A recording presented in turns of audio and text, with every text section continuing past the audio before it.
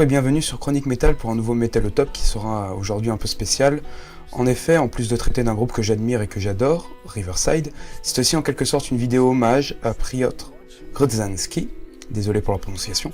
En effet, leur guitariste est mort le 21 février 2016 et cela me tenait à cœur de lui rendre hommage, et quoi de mieux qu'une vidéo retraçant leur carrière pour le faire.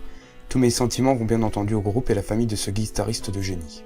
Riverside est un groupe de rock progressif polonais fondé en 2001 par le bassiste Mariusz Duda, le guitariste Piotr Grodzinski et le batteur Piotr Kozieraski. Leur line-up est celui d'origine avec en plus au clavier Michael Lapage. Cependant, avec le décès prématuré et regrettable de leur guitariste, je ne sais comment va évoluer le groupe, mais j'espère qu'il réussira à survivre et à aller de l'avant. Mais trêve de bavardage. Comme j'avais pu le dire dans la chronique sur leur dernier album en date Love, Fear and the Time Machine, c'est un groupe très spécial au niveau de ses influences multiples qui sont toutes des grands noms dans le milieu du progressif. Pour ne pas tous les reciter, je dirais juste leurs amis d'Anathema et Dream Theater et le maître incontesté du progressif Pink Floyd. Riverside, qui a 15 ans cette année, a sorti 6 albums studio, un EP, 5 singles et un unique album DVD live. N'hésitez pas à l'écouter car le groupe adore improviser de nouvelles intros aux morceaux durant chaque live.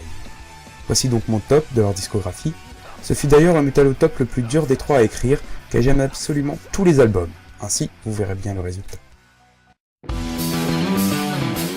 Ainsi, on commence avec Second Life Syndrome, le deuxième volet de la trilogie Reality Dream, qui est sorti en 2005 chez Inside Out.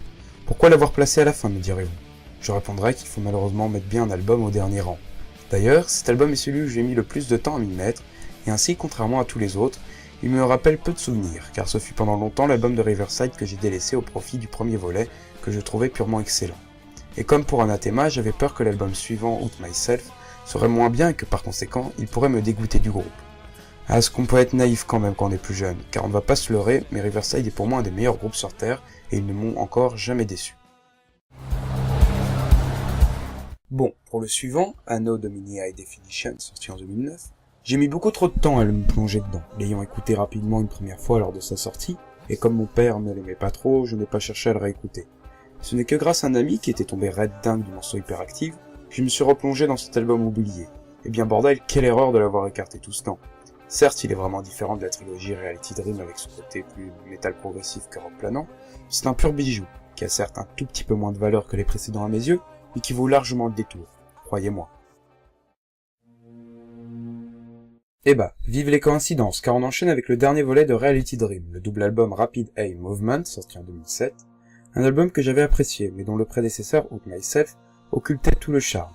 En effet, cet album, je ne l'ai que peu écouté étant plus jeune, en découvrant la caverne d'Ali Baba qu'était la collection de CD de mon père. En effet, ayant plusieurs autres choix plus alléchants que cet album, je l'ai malheureusement, comme le précédent, beaucoup moins écouté. Mais c'est grâce à la tournée de Love, Fear and the Time Machine où j'ai entendu Panic Room, qui était réellement magique. Que tous les souvenirs que j'avais oubliés à propos de cet album ont ressurgi d'un coup, et ainsi je redeviens addict à cet album qui s'était enfoui au fin fond de mon esprit pour mieux me surprendre plus tard. Ah, Shrine of New Generation Slaves, que j'ai reçu le jour de mon anniversaire en 2013, devait être pour moi le grand retour de Riverside dans ma vie. En effet, Riverside se résumait en gros ces années-là à Out Myself et c'est tout. Malgré des premières écoutes longues où je n'arrivais pas à croire à ce changement musical, et où j'avais envie de plus écouter cet album, j'ai persévéré. Ainsi, aujourd'hui, cet album est pour moi dans les meilleurs albums de Riverside, de par un chant excellent et des mélodies complètement différentes de Out Myself. Un album que je ne regrette pas du tout d'avoir écouté durant des mois avant d'apprécier l'intégralité de l'album. Et oui, quand on est fan d'un groupe, on ne compte pas. Le second album peut être une surprise pour certains, mais ce n'est qu'autre que le dernier album, sorti en 2015, Love, Fear and the Time Machine. Là, ce fut complètement différent que pour Shrine of New Generation Slaves, car je fus transporté dans cet album dès les premières notes. Un album que j'ai écouté d'ailleurs d'une traite, sans relever la moindre longueur. Ce ne fut qu'après que je découvris les avis partagés sur cet album, que certains disaient ennuyeux à mourir, mais avec quelques moments exceptionnels néanmoins. C'est ce qui me surprend d'ailleurs, toujours avec les fans de Riverside. C'est que tout le monde a un avis différent sur chaque album, selon le disque avec lequel il a découvert le groupe. Mais j'ai personnellement adoré le fait que cet album soit plus rock planant et progressif que metal. Je ne sais pas si c'est seulement mon avis, mais j'ai eu plaisir à entendre certains passages prenant inspiration dans tous leurs précédents albums.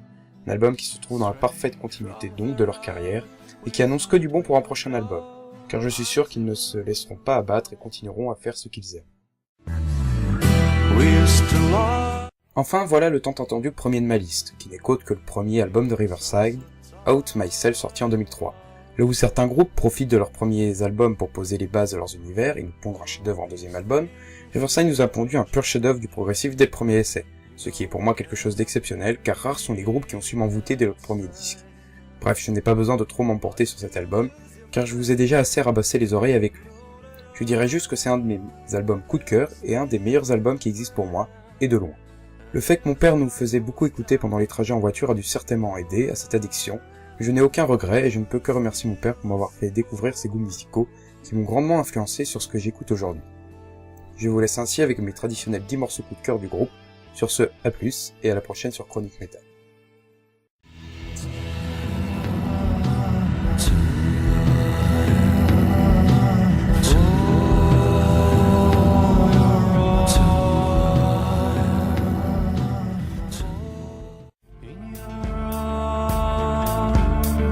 Feels like bother-ups in your arms.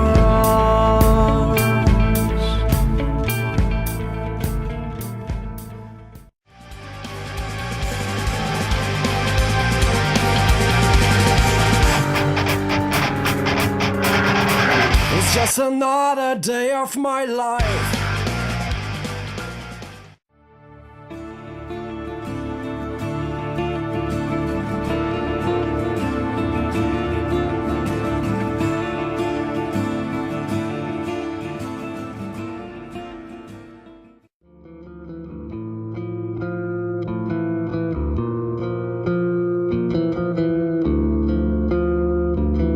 Dream on my pain.